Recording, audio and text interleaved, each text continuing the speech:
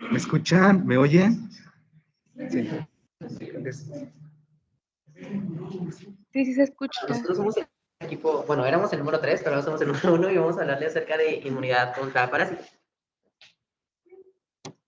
Empezaremos con algunas generalidades que tenemos que los parásitos comprenden un grupo de diferentes microorganismos entre los que tenemos protozoos unicelulares, gusanos multicelulares, que son los ermitos, y también los ectoparásitos. En esta práctica nos centraremos más en los dos primeros, los que son los protozoos unicelulares y los gusanos multicelulares. También se calcula que aproximadamente el 30% de la población mundial sufre de infecciones parasitarias a lo largo de su vida, ya que es un problema de salud muy importante en países en vías de desarrollo.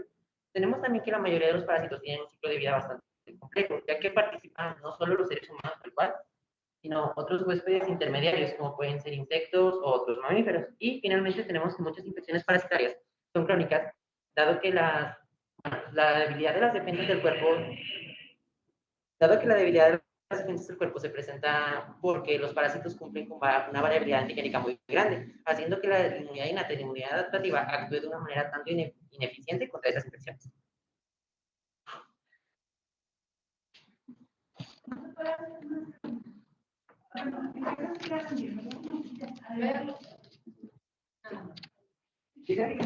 Bueno, empezaremos hablando acerca de cómo actúa la inmunidad innata contra los parásitos. Tenemos que muchos protozoos y mitos activan la inmunidad innata. Esto se puede dividir en dos maneras diferentes. La respuesta que da la inmunidad innata ante los protozoos y la respuesta que da la inmunidad innata ante mitos. Comenzaremos con la respuesta ante protozoos. Su principal método es la fagocitosis, ya que ciertos microorganismos expresan diferentes moléculas que activan a los receptores de membrana, que son los receptores hipotálmicos, específicamente el receptor 2 y el receptor 4. Esto permite que los parásitos sean fagocitados. Sin embargo, aquí tenemos un pequeñito problema. La mayoría de los parásitos que son sanguíneos, como la leishmania o el Plasmodium, sobreviven bastante bien dentro de los macrófagos, por lo que en lugar de ser un método para eliminarlos tal cual, son un método para que los parásitos se reproduzcan. Por lo tanto, la fagocitosis inmunidad innata suele ser tanto ineficiente. Con respecto a los elementos, tenemos tres métodos que la inmunidad innata actúa. Tenemos los eosinófilos, la activación de fagocitos y la activación del complemento. Con respecto a los eosinófilos, tenemos que su desgranulación permite atacar a la cubierta de los parásitos, haciendo que se elimine su cubierta, sino lo más fácil de eliminar por moléculas tanto del complemento o como péptidos antimicrobianos, otras sustancias que se encuentran circulando en el plasma, aunque también esto suele ser ineficiente. Habla más en Como segundo punto, tenemos la activación de los fagocitos, donde realmente los fagocitos aquí no actúan realizando fagocitosis, ya que los ermitos suelen ser bastante grandes para que puedan ser fagocitados por estas células. Es donde secretan otras sustancias, como son los sustancias microbicidas, que permiten eliminar, igual que los eosinófilos, la sustancia que recubre el parásito y así poderlos eliminar. Está de todo bien. Y finalmente tenemos la activación del complemento que finalmente activa la vía alternativa que se encarga de su lisis. Pero bueno, todos estos mecanismos son bastante inespecíficos. Y como veremos, realmente todo para eliminar lo que viene siendo los ermitos y los protozoos es la inmunidad adaptativa.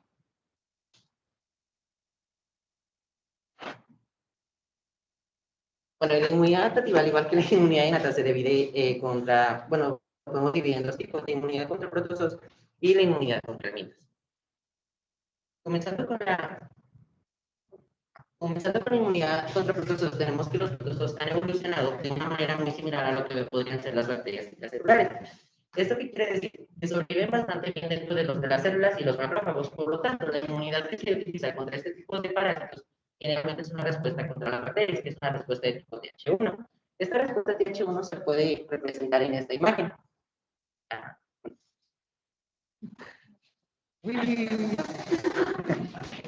Bueno, tenemos la respuesta TH1, donde llega un patógeno, puede ser cualquiera como Plasmodium o Leishmania, que activa a los macrófagos, y estos macrófagos, a su vez, entran en contacto con una célula de virgen, que cambia su estilo, tanto puede ser TH1 o TH2. Estos cambios dependen tanto de las características del parásito o de la persona, ya que hay personas que son susceptibles a un cambio de TH1 y hay personas que son susceptibles a un cambio de TH2. Si la persona cambia a un TH1, producirá sus linfocitos de interferón gamma, que activará los macrófagos y activará una destrucción celular, por así decirlo, de los parásitos. Sin embargo, si cambia a TH2, activará lo que son las citocinas de fase 2, que serían la interleucina 4, la 10, la 13, que haría que los macrófagos no se activen, ya que, como sabemos, la TH2 se encarga de desactivar los macrófagos, haciendo que los parásitos se diseminen. Y esto depende de varias características. Por ejemplo, tenemos que se ha observado que en ratones Existen genes que predisponen hacia un TH1 o hacia un TH2 y también esto puede generar una susceptibilidad, por así decirlo, o una resistencia. Si las personas son susceptibles, irán directamente hacia una TH2 y si son resistentes a la enfermedad, hacia un TH1, ya que son las que se encargan, por así decirlo, de eliminar a los parásitos.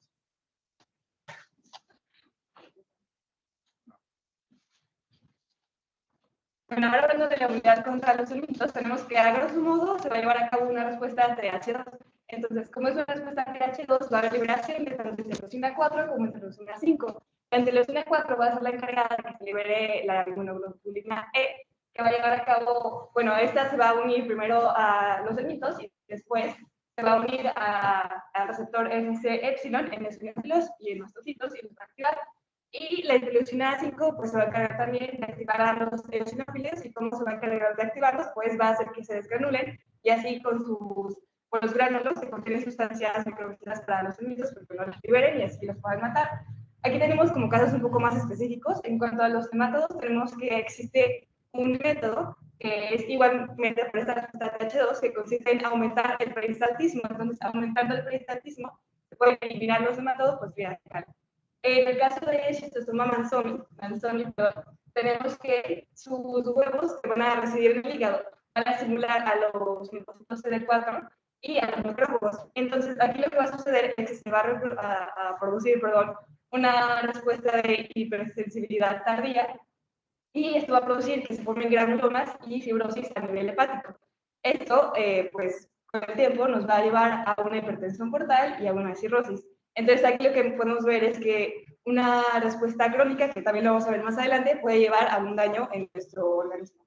Y por último, en la filerasis tenemos que se llevan a cabo reacciones celulares crónicas en los vasos linfáticos, porque aquí es donde se aloja este parásito. Entonces, el sistema inmune al querer atacar a la filerasis, pues va a producir que se fibrosen los vasos linfáticos y esto va a llevar a la obstrucción y a un linfedema. Aquí tenemos los que les estaba diciendo que sí, o sea, principalmente lo que busca nuestro sistema inmune pues, es combatir a estos mitos, pero si se lleva a cabo una infección crónica, es decir, nuestro sistema inmune no logra matar al parásito en mucho tiempo, lo que va a suceder es que se van a formar complejos antígeno-anticuerpo y estos se van a depositar en los diferentes tejidos. En el caso de los vasos sanguíneos, pues se va a formar una vasculitis, como pueden ver en la imagen, aquí se están alojando los complejos antígeno-anticuerpo y lo que sucede es que llegan al vaso sanguíneo, se depositan ahí y estos mismos anticuerpos van a llamar, bueno, van a llevar a cabo la quimiotaxis para que lleguen células inflamatorias y ataquen el antígeno. Pero el complejo, al estar en el vaso sanguíneo, va a causar una reacción inflamatoria a este nivel y es por eso que se produce la vasculitis. Y también en el caso de que estos complejos se alojen en riñón, pues puede provocar una nefritis. Y bueno, se ha visto que existen enfermedades por inmunocomplejos asociadas a esquistosomiasis y paludismo. Y aquí tenemos un resumen de lo que hemos dicho Oliver y yo, que es cada protozoo y metazoo, y qué tipo de enfermedad produce, y qué tipo de mecanismo de inmunidad protectora hay contra estos parásitos. Entonces, es como un resumen nada más de lo que ya dijimos. ¿Pueden mencionarla, desglosarla para que... Sí. Tenemos que cuando, bueno, los plasmodium van a producir paludismo, que es el que se transmite por los mosquitos, y la respuesta que se va a llevar a cabo contra estos protozoos va a ser anticuerpos y los linfocitos TSD8 que son citotóxicos. En el caso de la leishmania va a producir leishmanosis mucocutánea diseminada y va a haber una respuesta de linfocitos CD4 que van a activar los macrófagos para que maten a estos parásitos de manera, bueno, mediante la fagocitosis. Luego tenemos a Trypanosoma brucei, que va a producir la Trypanosomiasis americana, y este microorganismo se va a combatir mediante anticuerpos, es decir, mediante la inmunidad adaptativa. La entamoeba estolítica va a producir amebiasis, que es muy común aquí en México, y se va a combatir mediante anticuerpos y fagocitos. En el caso de schistosoma, va a producir esquistosomiasis, y va a ser eliminado mediante los eosinófilos y los macrófagos. Y las filiarias, como Bushigella bancrofti, va a producir filariasis y va a ser eliminada mediante la inmunidad celular. Y aquí todavía está como en duda si los anticuerpos también pueden ayudar o contribuir a eliminar a este parásito.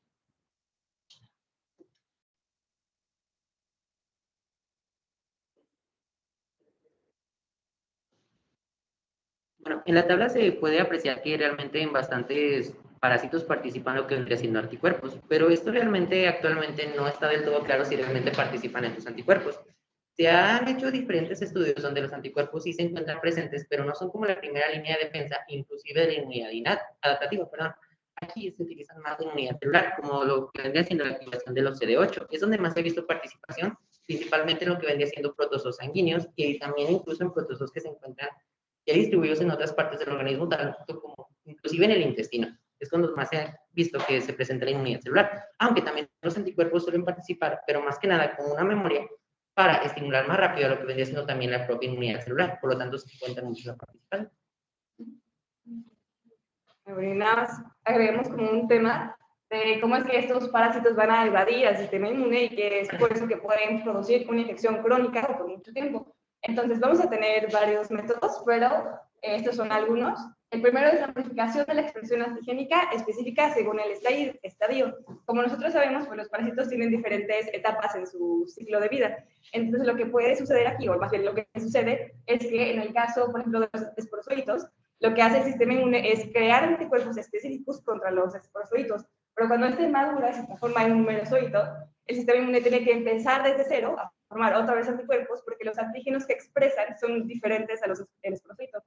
Entonces, esta es una manera de evadir al sistema inmune. Otra manera es la modificación continua de los principales antígenos de superficie.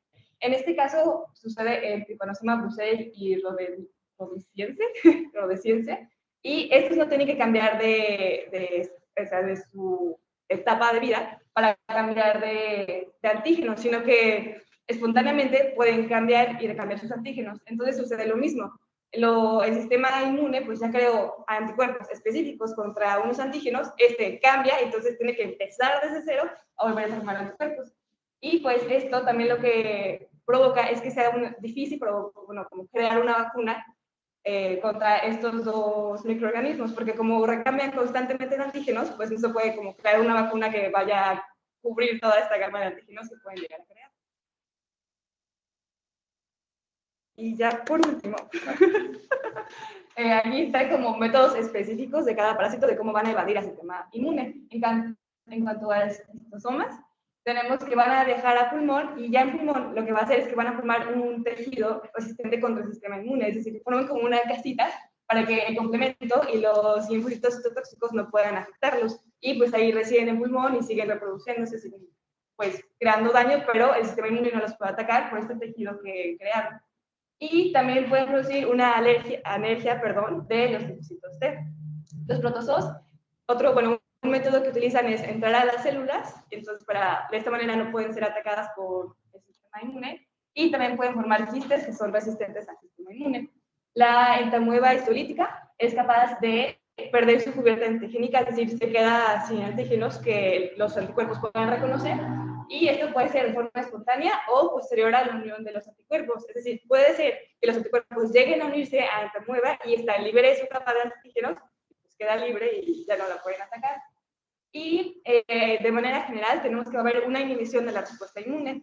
En el caso de las filarias también va a producir una alergia de los linfocitos T. La leishmania va a hacer que se produzcan linfocitos T reguladores que vayan a provocar una inmunosupresión del sistema inmune.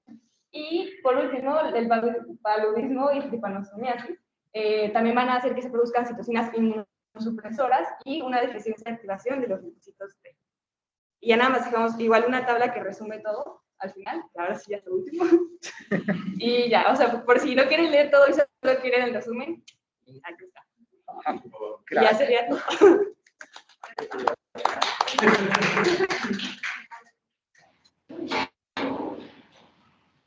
Gracias, Angie y Oliver. Ahora sí vamos a ver si ya con la compu le voy a subir el audio a ver qué pasa. Fernando, bájale a la tuya el audio y voy a subirle a esta a ver si podemos escuchar bien a los compañeros.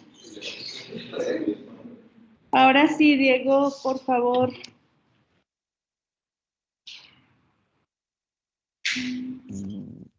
Ahí ya se escucha o todavía no. Diego y Miriam. A ver, bájenle todos y le vamos a subir a esta. A ver, ¿Pueden empezar, Diego y Miriam? ¿Quién va a empezar de los dos? Voy a empezar yo, doctora. ¿Sí se escucha? A ver, déjame cierro la puerta. Ahora sí, bien calladitos para que podamos escuchar. Sí se escucha ya, ¿verdad? Escuchamos un poquito mejor. Adelante. Ah, ok. Bueno, entonces, nosotros les vamos a presentar la inmunidad frente a los virus. Y listo, la que sigue, porfa. Bueno, los virus son microorganismos intracelulares obligados que usan componentes del ácido nucleico y la maquinaria de las proteínas del hospedador para poder replicarse. Esta replicación vírica va a interferir con la síntesis y la función de las proteínas celulares normales.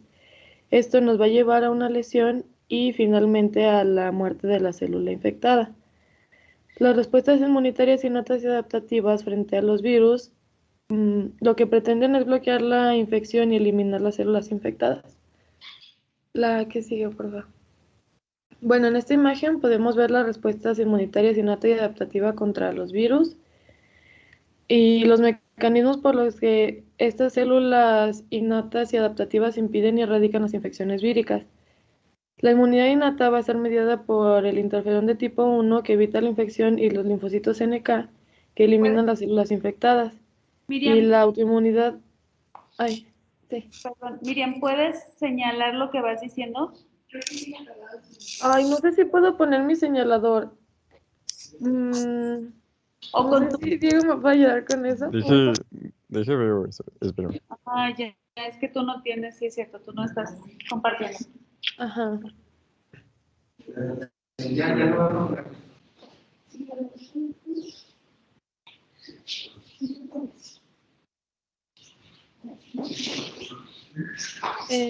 Bueno, a ver, entonces ya habíamos mencionado la inmunidad innata que va a estar mediada por el interferón de tipo 1. Ajá. Y van a evitar la infección y también los linfocitos NK que van a eliminar a las células que ya estaban infectadas.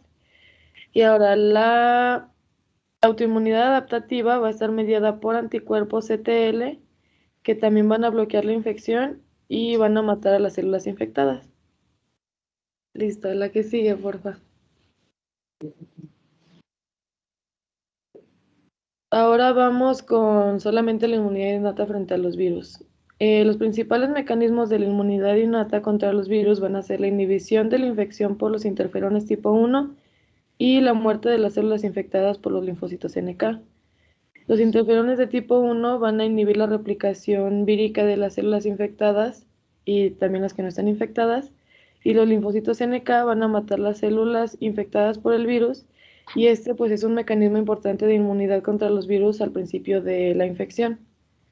Y la expresión de moléculas de la clase 1 del MHC se suspende en las células infectadas por el virus, perdón. Ahora la que sigue. En esta imagen vamos a ver la función de los receptores activadores e inhibidores de los linfocitos NK. Entonces, si una infección viral, inhibe la expresión de la clase 1 del MHC en las células infectadas, va a inducir la expresión de ligandos activadores adicionales. También, bueno, el receptor inhibidor del linfocito NK no se va a unir al ligando, y las funciones del receptor activador van a desencadenar respuestas de linfocitos NK, y estos van a ser la muerte de las células diana y también la secreción de citocinas. Listo, con la imagen. Ahora vamos con la inmunidad adaptativa frente a los virus igual. Bueno, la inmunidad adaptativa contra estas infecciones virales va a estar mediada por anticuerpos que van a bloquear la unión y la entrada de los virus en las células del hospedador, y por los CTL que van a eliminar la infección matando a las células infectadas. En los anticuerpos, estos van a ser eficaces contra los virus solamente cuando son extracelulares de la vida de estos mismos microbios. Los virus van a ser extracelulares antes de que infecten a las células del hospedador o ya una vez que se liberen de las células infectadas por la gemación o si las células infectadas mueren. Los anticuerpos IgA son importantes también para neutralizar el virus dentro de las vías respiratorias e intestinal. Y también los anticuerpos pueden opsonizar las partículas víricas y promueven la eliminación por los fagocitos. La activación del complemento también puede intervenir al promover la fagocitosis y la lisis directa de los virus con envolturas lipídicas. Entonces, la inmunidad humoral inducida por una infección o vacunación va a ser capaz de proteger a las personas de la infección viral, pero pues no va a poder erradicar la infección ya establecida. Exacto, es como parecido a lo que nos platicaban de los parásitos. Los virus van y viven intracelularmente. Y el hecho de que estén dentro de la célula, al tratar de la célula de eliminarlos, empieza a hacer más factores de transcripción en el núcleo, y ahí este es un ambiente propicio todavía más para que los virus puedan sobrevivir, y en lugar de eliminarlos, les ayuda a su supervivencia, y es por eso que cuando están adentro ya de la célula es todavía más difícil erradicarlos. Adelante. Entonces, la eliminación del virus que ya está dentro de las células va a ser mediada por los CTL que van a matar a estas células infectadas. La principal función fisiológica de los CTL va a ser vigilar contra las infecciones virales. Y la mayoría de estos específicos frente a los virus son linfocitos TCD8 que van a reconocer los péptidos víricos citosólicos. También pues vamos a hablar de la presentación cruzada o cebado cruzado. Y esto es que si una célula infectada es una célula tisular y no una célula presentadora de antígenos profesional como la célula dendrítica, la célula infectada puede ser fagocitada por la célula dendrítica, que va a procesar los antígenos víricos y va a presentar a los linfocitos TCD8 vírgenes. Y los efectos antivíricos de los CTL, como muerte de las células infectadas, activación de nucleasas dentro de las células y secreción de citocinas como el interferón gamma, se deben a la muerte de las mismas células infectadas. Y otros mecanismos van a ser la activación de las nucleasas dentro de estas células que van a degradar los genomas virales y la secreción de citocinas como el interferón gamma que ya había mencionado, que va a activar los fagocitos y puede tener también actividad antivírica.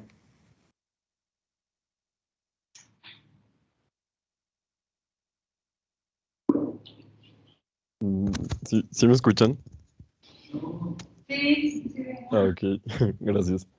Bueno, pues ahora vamos a ver que en las infecciones que son latentes, el ADN vírico va a persistir en las células del hospedador, pero el virus no se va a replicar ni va a matar a las células infectadas. Primero vamos a definir lo que es latencia, lo cual es un estado de equilibrio entre la infección y la respuesta inmunitaria. Y algunos ejemplos de una infección latente puede ser el virus de Epstein-Barr y otros virus ADN de la familia de los herpesvirus. La reactivación de la infección se va a asociar a la expresión de genes víricos que van a ser responsables de los efectos citopáticos y de la propagación de los virus. Estos efectos citopáticos pueden abarcar lo que es la lisis de las células infectadas o la proliferación incontrolada de algunas células. Mm, Bueno, ahora veremos otro punto importante, que es que en algunas infecciones víricas, pues la lesión tisular puede verse a los CTL. Y bueno, las respuestas inmunitarias a las infecciones víricas pueden participar en la producción de enfermedades de otras formas. Por ejemplo, en la hepatitis B va a haber la formación de inmunocomplejos circulantes compuestos de antígenos víricos y de anticuerpos específicos. Entonces, estos complejos se pueden depositar en los vasos sanguíneos y nos pueden ocasionar una vasculitis sistémica.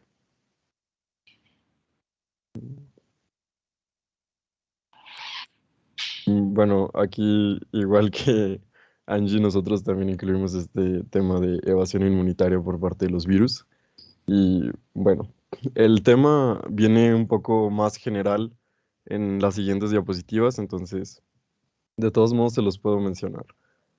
Bueno, va a haber, por ejemplo, el mecanismo de variación antigénica que lo realiza la gripe, el grupo de los rinovirus y el VIH.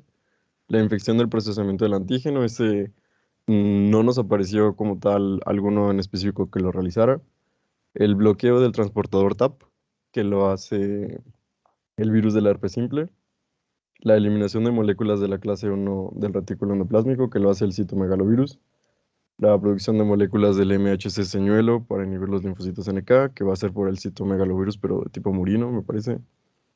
Mm, La producción de homólogos a receptores para citocinas, como lo puede ser en alguna vacuna, en los poxvirus y citomegalovirus. La producción de citocinas inmunosupresoras, como el virus de Epstein-Barr.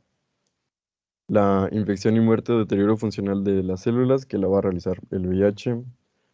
El reclutamiento del factor H, que igual lo va a realizar el VIH. La incorporación de CD59 en la cubierta vírica, que lo realiza el VIH, el virus vaccinia y el citomegalovirus humano.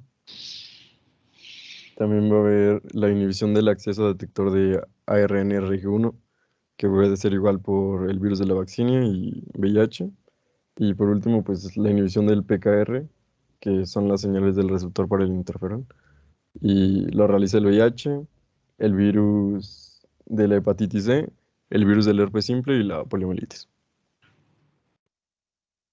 Y bueno, aquí viene como más sencillo. Y bueno, otro punto clave es que pues, los virus van a poder alterar a sus antígenos y así van a dejar de ser células dianas de las respuestas inmunitarias. Entonces, pues primero hay que decir que los antígenos afectados pues suelen ser las glicoproteínas que se encuentran en su superficie. Y los principales mecanismos de la variación antigénica son las mutaciones puntuales y la mezcla de genomas de ARN, lo que va a llevar a una deriva y un cambio antigénico. Y bueno, los dos principales antígenos de los virus suelen ser la hemaglutinina trimérica vírica y la neuraminidasa. Y bueno, entonces va a haber dos procesos que va a ser la deriva antigénica y la variación antigénica.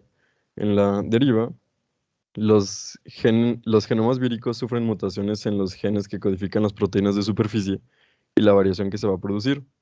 Entonces, esto va a ser la deriva antigénica. Y después vamos a tener que la mezcla de los genes víricos también va a dar lugar a cambios importantes en la estructura del antígeno y a esto se le va a conocer como variación antigénica. Y bueno, debido a la variación antigénica, pues un virus va a poder hacerse resistente a la inmunidad generada en la población por infecciones anteriores.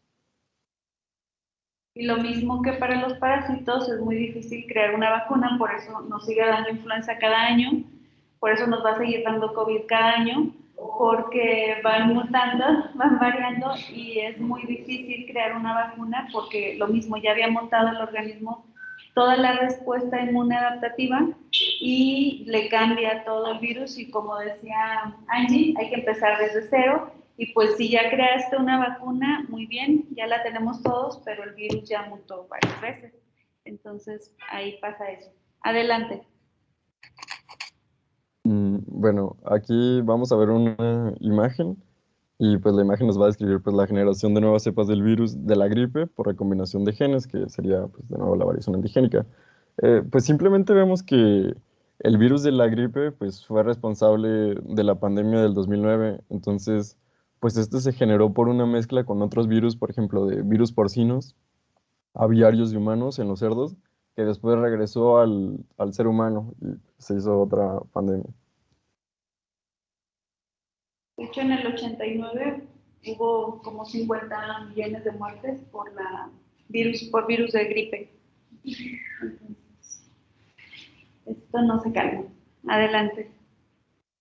Bueno, ahora algunos virus pues también inhiben la presentación de antígenos proteínicos citosólicos que van a estar asociados a a la clase 1 del MHC. La inhibición de la presentación del antígeno va a bloquear el ensamblaje y la expresión de las moléculas estables de la clase 1 del MHC y la muestra de los péptidos víricos. Como resultado de esto, pues las células infectadas por tales virus no van a poder ser reconocidas ni cuando están muertas por los CTLs-CD8. Algunos virus también pueden producir proteínas que van a actuar como ligandos para los receptores inhibidores de los linfocitos NK y así pues van a inhibir su activación. Mm, Ahora vamos a ir viendo algunos ejemplos, pero el punto clave aquí es que algunos virus, por ejemplo, van a producir moléculas que van a inhibir la respuesta inmunitaria. Por ejemplo, en el caso del virus de Epstein-Barr, este va a producir una proteína que va a ser homóloga a la citosina de la interleucina 10, que va a inhibir la activación de los macrófagos y de las células dendríticas, y así pues va a producir una supresión de la inmunidad celular. También vamos a tener que algunas infecciones víricas crónicas se pueden asociar al fracaso de las respuestas de los CTL, lo que se va a conocer como agotamiento, y nos va a permitir que los virus pues persistan. Hay algunas pruebas de agotamiento del linfocito TSD8 en las infecciones víricas crónicas en los seres humanos. Algunos de estos ejemplos pues pueden ser, por ejemplo, en las infecciones por VIH y virus de la hepatitis. Ya por último, pues los virus también pueden infectar y matar o inactivar a los linfocitos T inmunocompetentes. Por ejemplo, el caso pues, más popular es que en el VIH, que va a sobrevivir infectando y eliminando a los linfocitos TCD4, los cuales van a ser los inductores clave de las respuestas inmunitarias a los antígenos proteínicos. Y me parece que sería todo de nuestra parte, doctor. Muy bien, gracias. Gracias, chicos. Nada más aquí en los virus nos faltó algo muy importante de la respuesta innata, los receptores tipo TOL. Acuérdense que son muy, muy importantes. De hecho, fue una de las preguntas de su examen. ¿Cuáles son los de intracelulares? Los tipos 3, 7, 8 y bueno, 9 ya sería más especializado para ADN, pero acá eran 3, 7 y 8. Y esto es muy importante en la respuesta viral. Nada más recordar eso, porque los otros tipo TOL pues no hacen nada porque están fuera de la célula, ¿sale? Bueno, gracias por la participación a los que les tocó hoy y mañana ya nada más nos falta la respuesta ante hongos, ¿sí? Gracias, nos vemos mañana. Adiós.